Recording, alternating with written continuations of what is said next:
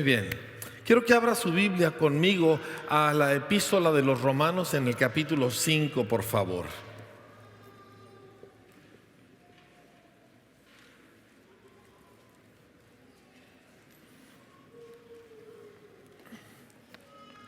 Romanos 5, del versículo 12 en adelante, es una comparación de lo que hizo Adán y lo que hizo Cristo, ¿sí? Toda la existencia y la experiencia humana se echó a perder por lo que hizo Adán. Eso no significa que nosotros no tenemos responsabilidad en el asunto, pero dice por el pecado de uno, por la transgresión de uno, por la obra o la falla que hizo ese uno, vino todo este desastre. Dice en el versículo 12, por el pecado entró en el mundo por un hombre. Y después el versículo 14 dice, en el versículo 15 dice por la transgresión de aquel uno, ¿sí? Y luego dice el versículo 16, y con el don no sucede como el caso de aquel uno que pecó. Entonces vemos esta comparación y le recomiendo mucho que lea el pasaje, porque muchas veces nosotros estamos muy clavados en que todo el mundo está mal por lo que hemos hecho nosotros y que lo bueno va a depender de lo que nosotros podemos hacer. Y eso no es cierto, no exactamente, ¿sí? Todo se vino abajo por lo que hizo Adán. Nosotros solamente confirmamos con nuestras vidas que somos descendientes de Adán, de que tenemos su misma genética pecaminosa. Pero luego todo se volteó para bien en la obra de Cristo y nuevamente nosotros mostramos que somos de Cristo por la manera en que nosotros vivimos. Pero esto no depende principalmente de que yo con mi esfuerzo, pero eso lo veremos después. Esto depende de lo que hizo primero Adán para hundir la creación, pero ahora Cristo para redimirla. Bueno, yo sé que eso suena muy teológico, así que vamos a leer el versículo para que no nos hagamos bolas. ¿Sí? Dice en el versículo 17, pues si por la transgresión de uno solo reinó la muerte, mucho más reinarán en vida por uno solo, Jesucristo, los que reciben la abundancia de la gracia y del don de la justicia. Voy a volver a leer, pero voy a modernizar un poquito el vocabulario. Dice, pues si por la transgresión de uno solo gobernó la muerte, mucho más gobernarán en vida por uno solo, Jesucristo, los que reciben la abundancia de la gracia y el regalo de la justicia. Esta frase reinarán o gobernarán en vida me ha cautivado. ¿Por qué? Porque nos habla del destino al cual Dios nos ha llamado, para lo cual Él nos rescató. O sea, nos rescató de una eternidad en el infierno, sí. Nos rescató de muchas aflicciones en la vida, sí. Pero nos rescató para un montón de cosas. Y esto aquí nos dice algo tremendo. O sea, la razón que Cristo nos rescató es para que nosotros gobernáramos en vida en Cristo Jesús. Ahora quiero que diga eso conmigo, ¿sí? Gobernar en vida. Ese es el llamado o el destino de todos los que hemos creído en Cristo Jesús. ¿Por qué? Porque este fue el diseño original. Cuando Dios hace la creación, ¿verdad? Prepara todo el entorno del planeta, increíble. Y luego entonces en Génesis 1:26, Dios habla y dice, hagamos al hombre a nuestra imagen, según nuestra semejanza. Y luego dice, y señoree. O es decir, y domine, y gobierne. O sea, la primera cosa que dice que el hombre haría es gobernar. Antes que todo lo demás dice, el objetivo de este ser que voy a crear es uno, él va a ser un espejo de mi persona. Él va a reflejar mi gloria, él va a mostrarle al mundo, a la creación, quién y cómo soy yo. ¿Sí? El ser humano fue hecho para ser un espejo de Dios. Ya ve que luego la gente, para justificarse o disculparse de su pecado, dice, es que somos humanos. Ese es un error, porque el humano fue diseñado para ser un reflejo perfecto de Dios. Entonces esa excusa realmente no es muy muy buena, no es muy precisa, ¿sí? Cuando nosotros decimos es que somos humanos, lo que estamos diciendo es que yo fui hecho igualito a Dios.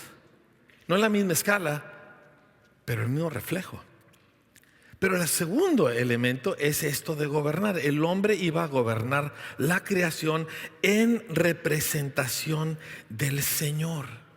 Dos cosas claves: un espejo de Dios y el representante, el gobernante de parte de Dios para toda la creación visible. Uy, qué diferente es cómo funcionamos, ¿verdad? Uno está tratando de sobrevivir. Eso de gobernar, ¿qué gobierno? A veces uno ve familias, ¿verdad? Que ahí están papá y mamá grandotes, bien alimentados, con carrera universitaria y con un chamaquito de 3 años que los gobierna total y absolutamente. ¿Sí o no? Y van por el supermercado y ahí va la mamá, ¿verdad? Con toda su capacidad, y el niño pega un grito porque quiere ese chocolate, y el niño sabe cómo manejarla, cuándo gritar, en qué volumen gritar, qué palabras usar, y él va a conseguir su chocolate, ¿sí o no? Y esto de gobernar en vida, él está gobernando y ni siquiera es cristiano, y nosotros... Pero el hombre fue hecho para reinar. ¿Cómo entonces vamos nosotros a salir de la vida que vivimos, donde somos víctimas, donde estoy todo confundido, donde no sé ni de dónde me llegan los golpes, ¿verdad? ¿Cómo salgo de eso para entrar en el destino de Dios de gobernar en vida en Cristo Jesús? ¿Qué es lo que se requiere? Quiero que vuelva a repetir conmigo la frase gobernar en vida. Ahora, el siguiente punto aquí es que nos menciona dos cosas: los que reciben la abundancia de la gracia y el don de la justicia. Ahora, hoy quiero explorar la abundancia de la gracia un poco, ¿sí? Porque gracia es una palabra no muy bien entendida el día de hoy. Mucha gente entiende gracia como que Dios es una especie de Santo Claus, ¿verdad? Sí, te portaste mal, pero pues de todos modos te damos tu regalito, ¿verdad? O a veces entendemos gracia como una especie de que pues Dios sí comprende, Dios te entiende, ¿verdad? De que pues es que eres humano. No, esa excusa no funciona. Bueno, Dios sí te entiende de que tienes traumas, ¿verdad? Y eso tampoco es gracia. Gracia, según la Escritura y según una definición muy sencilla y muy sensata, es que Dios te concede su favor sin que tú hayas hecho nada para merecerlo. Eso es gracia. Y todo el mundo dice, sí, qué tremendo, estamos de acuerdo, la gracia sin obras, ¿verdad? Y sin embargo, aunque decimos que estamos de acuerdo, es muy interesante las cosas que decimos los cristianos. Porque los cristianos decimos cosas como, pues por algo me escogió Dios, ¿verdad? Algo vio Dios en mí. Él sabía que yo, pues tarde que temprano lo iba a seguir y por eso Él me escogió. ¿Cuántos de nosotros hemos pensado o dicho cosas semejantes? ¿Sí? No, si quiere levantar la mano, bueno, pastor, cierra los ojos nuevamente, ¿verdad? Levante la mano si usted ha pensado o dicho cosas semejantes. ¿Sí? Todos lo hemos hecho. Todos lo hemos hecho. Y si no lo decimos con esas palabras precisas, lo decimos de otra manera. Pero la realidad es todo lo contrario, familia. Dios no te escogió porque vio algo en ti. Lo que vio en nosotros es que éramos la piel de Judas. Lo que vio en nosotros es que éramos unos rebeldes. Lo que vio en nosotros es que no atábamos cabos y que no dábamos pie con bola. Lo que vio en nosotros es que éramos una catástrofe. Y dijo, aquí yo puedo hacer algo que todo el mundo sepa fue Dios y no fue él o ella. Por eso te escogió Dios. ¿Sí? No crea que yo le estoy diciendo esto de mi propia cosecha. Esto es lo que Dios le dijo al pueblo de Israel. Les dijo, los escogí porque eran los más débiles, los más insignificantes. Por eso los escogí. Entonces vemos que gracia entonces trae un problema al ser humano, porque gracia ofende la sensibilidad humana. La palabra gracia y aceptarla es una ofensa a nosotros. Porque gracia es algo para lo cual yo no di nada, yo no pagué nada, yo no hice nada, yo no merecí nada. Un sinónimo de gracia, cuando lo entiendes bíblicamente, es limosna. Y limosna es algo, bueno, hay limosneros aquí en la calle. Esta mañana uno me detuvo, ¿verdad? Y quería que le diera algo y no me ofreció nada a cambio. No me dijo, le lavo su coche. No me dijo, oiga, este tiene un jardín y yo lo puedo arreglar. No, nomás extendió la mano y dijo, oiga, deme dinero. Eso es limosna. Y el problema con gracia es que solo los que no tienen nada que ofrecer la pueden recibir.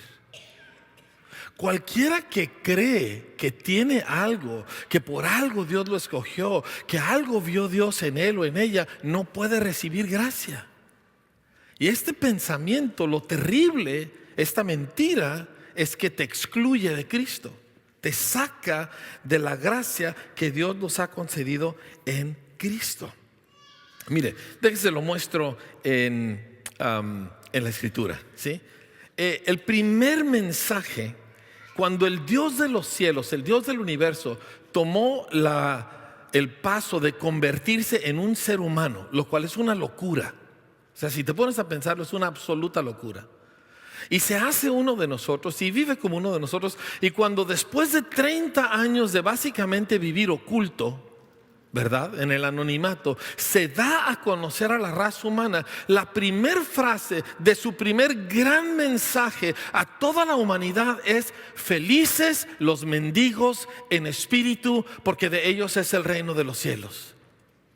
Y de hecho la palabra para mendigo, o dependiendo de su traducción, pobre y cosas por el estilo, nos describe a alguien que es tan miserable que ni siquiera te mira cuando te pide limosna. Dice, de ellos es el reino de los cielos. Dices, pero ¿cómo empieza Jesús su discurso de esa manera? Porque el reino de los cielos es para gente que no tiene nada que ofrecerle a Dios. Ahora, en su Biblia usted tiene Antiguo y Nuevo Testamento. El Antiguo Testamento es la ley de Dios, ¿verdad? Los primeros 5 libros. Y la ley de Dios gobernó todo el Antiguo Testamento. Y el propósito de la ley era precisamente mostrarle a todo ser humano que no tiene nada que ofrecerle a Dios, que no la hemos armado con Dios, que no tenemos ningún mérito a nuestro favor. Ahora usted ya en este momento está pensando, Pastor Fermín, ¿por qué invitó a este tipo a predicarnos? Porque en la Biblia siempre la cosa empieza mal, pero termina muy bien. Pero si no acepta la parte mala, tampoco puede disfrutar la parte buena. Porque la parte mala es donde empezamos todos. Es como si uno va con el doctor y no quiere reconocer que está enfermo. Y el doctor te dice, estás enfermo, necesitas esta medicina. Yo estoy enfermo, ¿por qué me ofende? ¿Por qué me dice que estoy enfermo? Si yo no estoy enfermo, nunca nadie en mi oficina en mi familia ha estado enfermo. Nosotros somos gente sana. Y hasta que convences a la persona que está enfermo es cuando va a tomar su medicina, ¿verdad? Si no, va a ser usted como mi abuelito don Amador, que iba con el doctor, traía la receta, compraba toda la medicina, la guardaba en su botiquín y jamás se tomaba nada. Hay mucha gente aquí que hacemos eso, ¿verdad? La ley, dice la Escritura, fue dada en Romanos capítulo 3 y en el capítulo 7 dice, fue dada para que nosotros supiéramos qué cosas son pecado y para que nos mostraran el pecado. El objetivo de la ley, de todos esos cientos de mandamientos, era decirnos a los seres humanos, tú no estás a la altura de Dios. Tú no has hecho lo que Dios requiere. Tú no tienes nada a tu favor. Romanos 3 dice que la ley fue dada para que toda boca se cierre y todo mundo quede bajo el juicio de Dios. O sea, la ley, en palabras de un gran predicador de antaño, nos despoja, nos desnuda de toda pretensión de que somos buenos o siquiera aceptables ante los estándares de Dios. Pero, diga conmigo, pero. Vamos a llegar a la parte buena, ¿sí? Así que diga pero con ganas, pero donde la ley nos deja, las bienaventuranzas nos están esperando. Y cuando finalmente llego al lugar donde me doy cuenta, no tengo nada, no es cierto, no soy tan bueno, no es cierto que tengo buenas intenciones, no es cierto que mi corazón y que quién sabe qué, yo no tengo nada que ofrecerle a Dios. Entonces Dios dice, tuyo es el reino de los cielos. Porque este reino es para gente que no tiene nada que ofrecerle a Dios. ¿Por qué le estoy diciendo esto? Porque si usted se aferra a que de alguna u otra manera usted toda la vida más o menos ahí la ha llevado, nunca entrará en la gracia, nunca entrará en la fe, nunca vivirá la vida de gobierno de Cristo en esta tierra, nunca experimentará el reino de Dios. La única forma es cuando uno acepta el trato donde se da cuenta, yo no tengo nada a mi favor. Y el resultado es que ahora tengo a Dios a mi favor. ¿Sí? Y de yo decir yo soy bueno a decir yo tengo a Dios, yo prefiero tener a Dios. ¿Me entiende? Y si que no puedo decir que soy buena gente y también tengo a Dios, no se puede. Voltee con su vecino y dígale no se puede. Deje de tratar de congraciarse con Dios, de convencer a Dios de que usted merece, de que Dios sí debe de bendecirlo. Deje de hacer eso porque no es necesario. O sea, Dios no nos pidió nada para enviar a su Hijo a la tierra. Dios no nos pidió nada para mandarlo a la cruz. Dios no nos pidió nada para hacer toda la obra de redención. Lo hizo porque Él quiso. ¿Sí? Y no nos está pidiendo nada porque no tenemos nada que darle a Él que Él necesite o que a Él le atraiga. Por eso deje de tratar de decir que es bueno, porque no somos realmente tan buenos, ¿verdad? Mire, todo el mundo está así, que no estamos empezando la parte buena. Es que no estoy seguro que ya me abrazó la parte mala, entonces necesito asegurarme que agarra esta. No somos tan buena gente. Es que Cristo vino a salvar pecadores, no gente decente. Y mientras uno no entiende que uno no es tan decente como uno quisiera pensar, nunca va a captar a Cristo. Es que Cristo no vino para ayudarnos en nuestra necesidad, aunque sí lo hace. Cristo vino para salvarnos de nuestro pecado, de nuestras ofensas, de lo que hemos hecho mal. La cosa más valiosa que necesitábamos de Cristo era que nos perdonara, porque habíamos ofendido a Dios mucho. Y cualquiera que ha perdonado a alguien sabe lo caro que es perdonar, ¿verdad que sí? ¿Sabe qué tan caro es perdonar? Se tuvo que matar a un Dios para perdonarnos a nosotros. Pero si yo no... Mire, déjele hago una pregunta. ¿Por qué Dios no perdonó a Adán? Ay, dice, pues de veras, si nomás fue una manzana. Digo, no era para tanto, ¿verdad? Sí. Maldita será la tierra, maldita. Ay, ¿no se le hace exagerado? ¿Por qué Dios no perdonó a Adán? Porque Adán nunca pidió perdón. Si Adán hubiera caído de rodillas y dicho, ¿qué hice, Dios mío? ¿Pero qué estaba yo pensando? Perdóname. ¡Pum! Pero no lo hizo. ¡Qué fuerte! Volteó y le echó la culpa a su mujer. La mujer le echó la culpa a la víbora. La víbora no encontró a nadie, ¿verdad? Entonces quedó con la culpa a la víbora. Pero para entrar en este reino necesitas aceptar gracia, y solo pecadores que no tienen méritos podemos aceptar gracia. ¿Puedes tú aceptar gracia? Pero ¿dónde queda mi orgullo? Asesinado, completamente aniquilado. Eso es lo que nos dice el epístola de los Romanos. ¿Dónde pues queda la jactancia? Dice, no hay lugar para ella.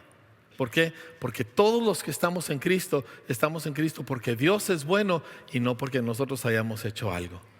¿Podemos entender eso y decirle gracias, Señor? ¿Sí? Esa es gracia por la cual entramos nosotros al reino de Dios. ¿Sí? Y por esa gracia de lo que Cristo hizo, sin que yo le añadiera nada, yo he sido aceptado por Dios. ¿Ok? Le voy a contar rapidito una historia. Dos hombres Está Fermín predicando, está tremenda la unción, ¿verdad? Y dos hombres al final se pasan aquí adelante, se hincan aquí en los escalones, se tiran sobre la plataforma llorando, Señor, perdóname. Y a los 5 minutos uno se levanta con un rostro iluminado de gozo y se regresa a su asiento feliz, pero el otro sigue luchando y Señor, y media hora y luego 1 hora y luego 1 hora y media, y finalmente el hombre se levanta con algún semblante de algo de paz y se regresa a su asiento, ¿verdad? Con su compañero y le dice: oye, ¿por qué te regresaste tan pronto desde la oración? ¿Qué superficial eres? Y el otro le dice: no, dice, es que tú duraste 1 hora y media defendiéndote y justificándote. Yo me declaré culpable desde un principio.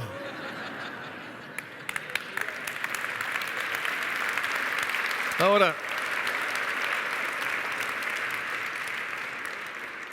¿ya se declaró culpable usted?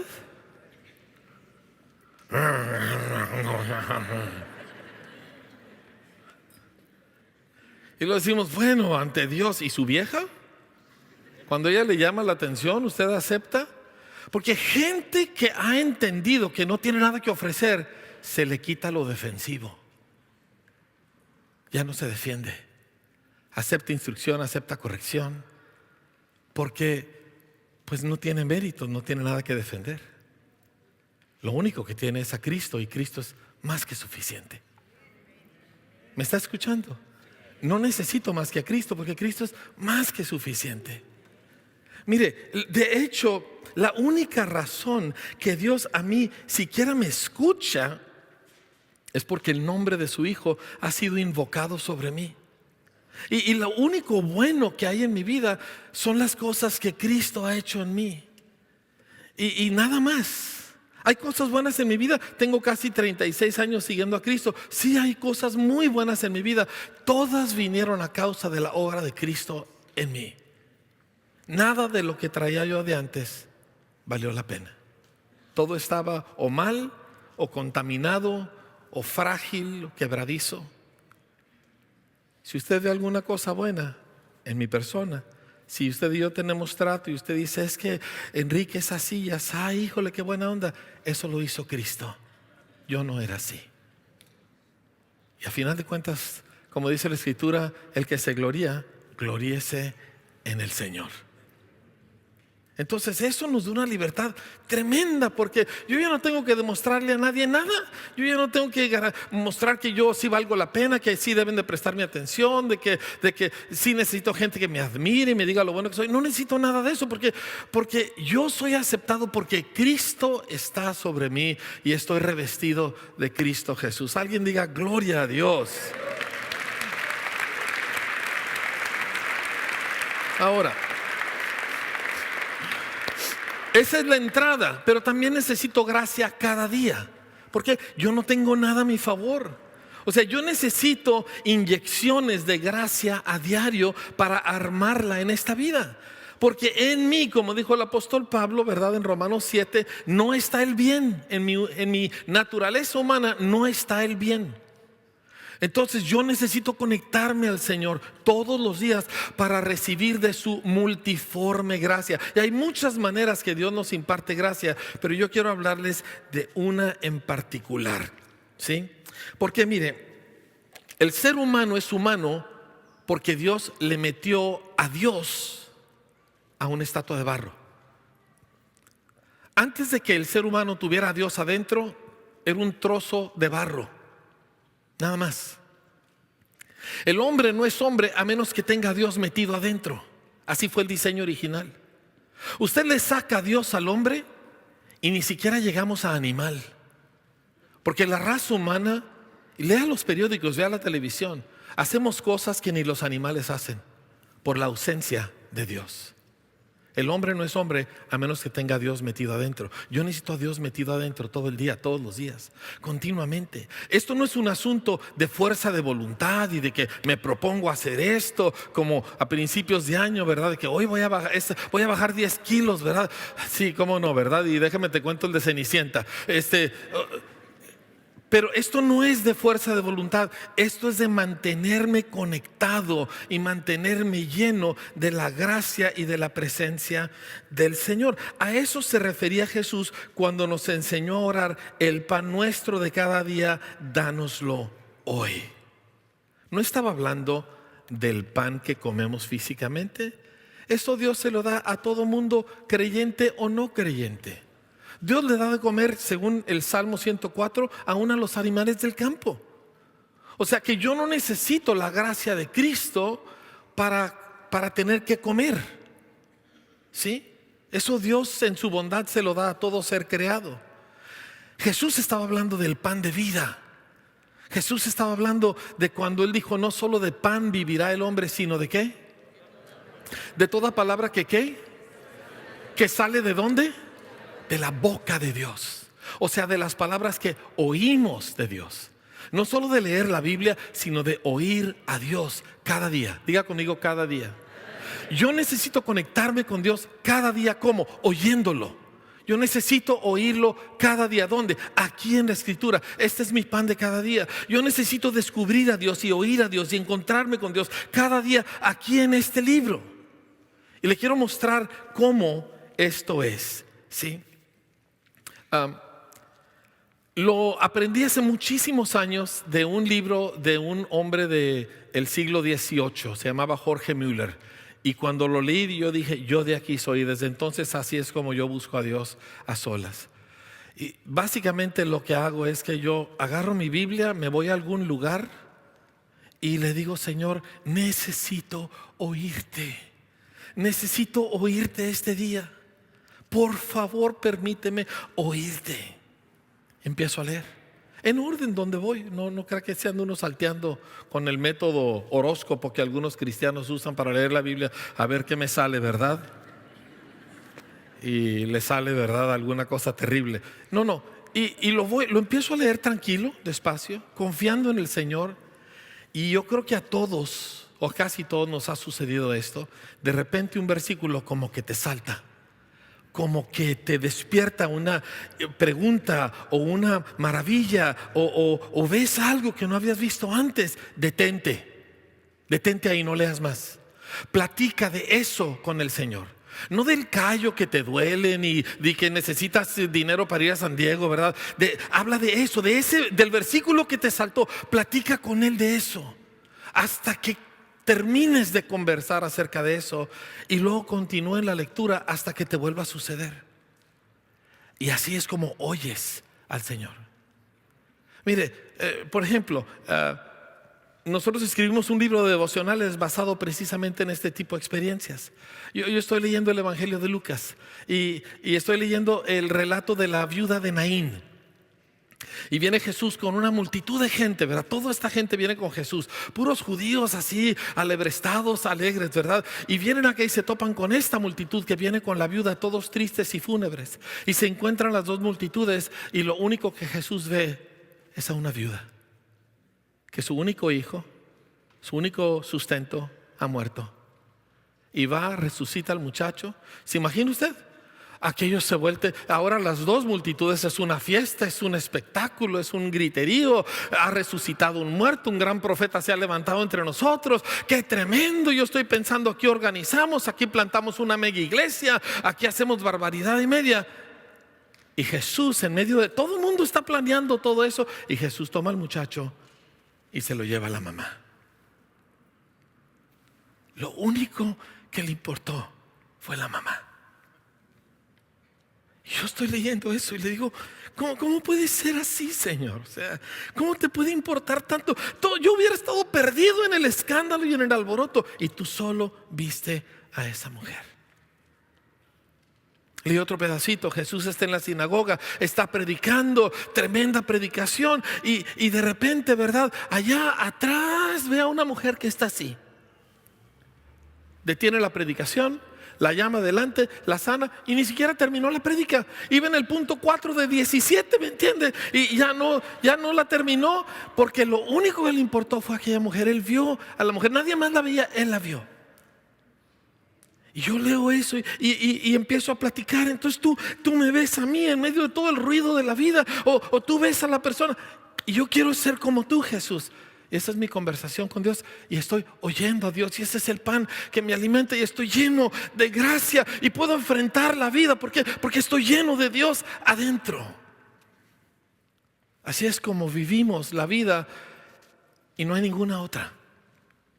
No hay disciplinas, no hay proyectos, no hay terapias espirituales, no hay fuerzas de voluntad. Es esto, te llenas de Cristo, te llenas de Cristo, lo oyes. La fe viene por lo que oímos. Oímos a Dios, fe entra, gracia entra.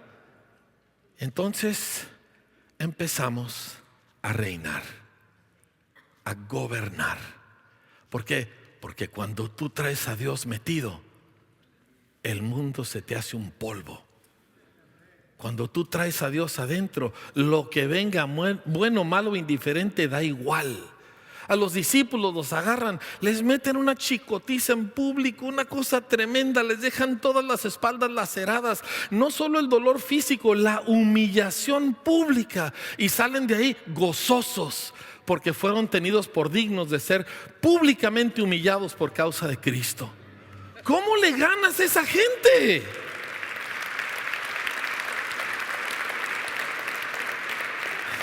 Escúchame, hay 3 áreas donde nosotros necesitamos reinar. Sí, y esto es con lo que yo quiero cerrar. 3 áreas donde nosotros necesitamos gobernar. No podemos vivir la vida como víctimas. Ay, pobre de mí. No somos víctimas, somos responsables. No podemos vivir la vida así en una descuidada insensatez donde, pues no sé qué pasó, ¿verdad? Dios nos diseñó para gobernar.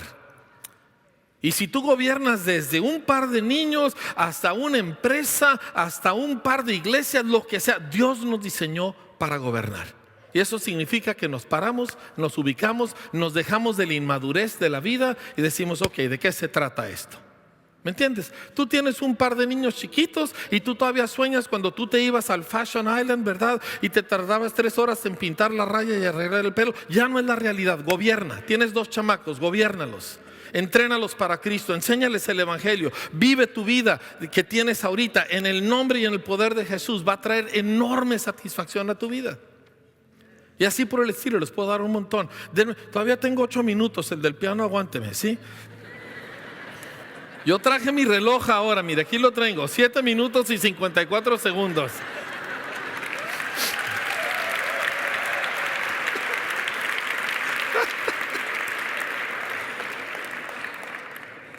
Uno, escúchame, necesitamos gobernar sobre el pecado que nos asedia.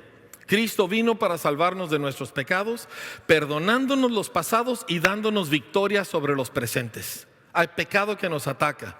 Mire, muchos de nosotros nos quejamos de la economía y de la salud y esas cosas tienen su lugar, pero lo más problemático en la vida es el pecado.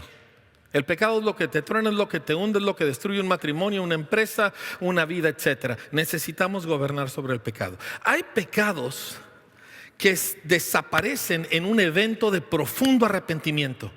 Dios te concede arrepentirte y aquello es una cosa terrible pero gloriosa al mismo tiempo. Y algo se rompe y ese pecado no te vuelve a dominar. Nunca temas entregarte a un profundo arrepentimiento. Cuando Dios te quebranta, déjate quebrantar. Cuando Dios te trae a un lugar donde te quieres morir porque ves tu pecado, deja que Dios termine su obra porque te está liberando. Y ese pecado ya no va a tener poder sobre ti. Y no significa que nunca vas a ser tentado, pero nunca te va a volver a vencer. ¿Me estás escuchando? ¿Sí? Entonces no le saques a eso. Pero hay pecados que no se van de esa manera. Hay pecados que requieren de una disciplina de fe, donde tú vives creyéndole al Señor, creyendo lo que el Señor dice y sientes esto, pero Dios dice lo otro y te aferras a lo que has oído de parte de Dios, ¿sí? Y a veces tropiezas, te vuelves a levantar y sigues creyendo y Dios te forma, te hace un guerrero, te hace una guerrera, te hace como Él es a través de ese proceso de lucha contra el pecado. Hebreos dice que no hemos nosotros padecido hasta la sangre luchando contra el pecado. Hay pecados que literalmente tienes que pelear hasta la sangre. Y no es mala la pelea. Te hace hombre, te hace mujer de Dios, te hace alguien de carácter, te hace alguien de convicción, te hace humilde. Y créeme que no hay pérdida en ello, ¿sí? Y dices, ¿por qué Dios no me ha quitado esto? Porque Dios quiere que pelees. Y quiere que pelees hasta que lo venzas y lo vuelvas a vencer y lo vuelvas a vencer y lo vuelvas a vencer y lo vuelvas a vencer. El resultado de eso es que mira, te vuelves un cristiano machín. ¿Sí? Sí, porque luego tenemos a veces unos cristianos que, ay, verdad, el diablo me está atacando. Por favor, el diablo está en Afganistán.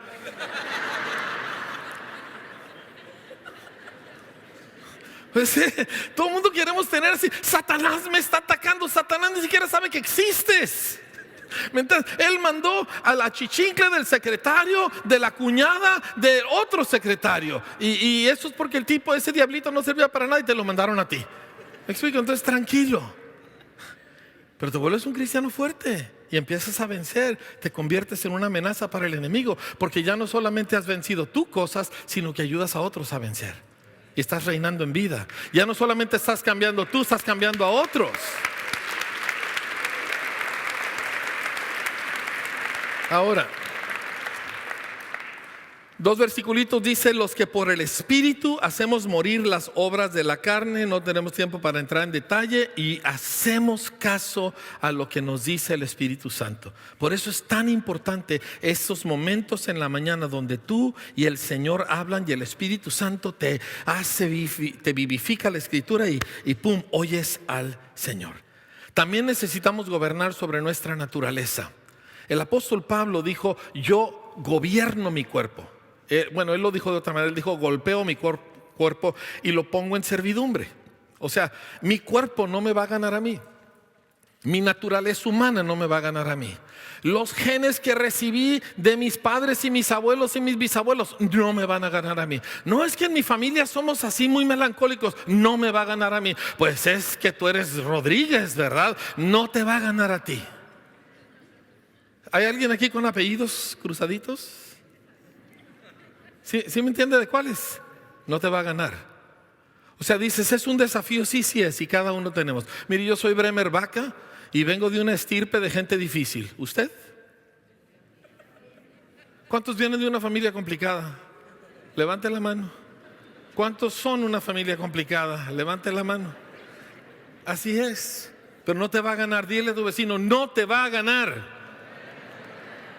Escúchame, no estoy tratando solo de motivarlo. Entienda, esto es porque estamos ¿dónde? En Cristo.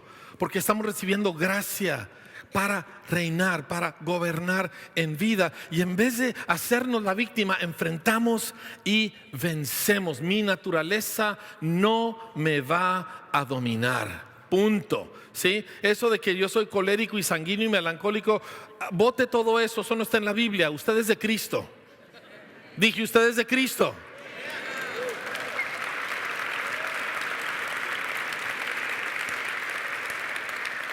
¿Me entiende? Con eso de que yo soy flemático y melancólico y que yo soy sanguíneo o colérico y algunos son histéricos, ¿verdad?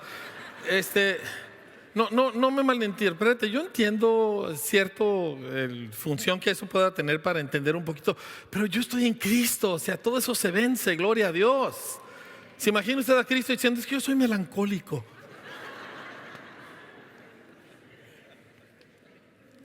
Finalmente, gobernamos en nuestro entorno. Gobernamos en nuestro entorno. Aguántame tantito. Todavía me queda 1 minuto y 50 segundos.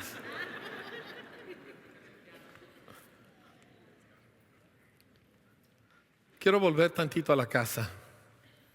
Tiene usted un par de chamacos, una esposa. Gobierne.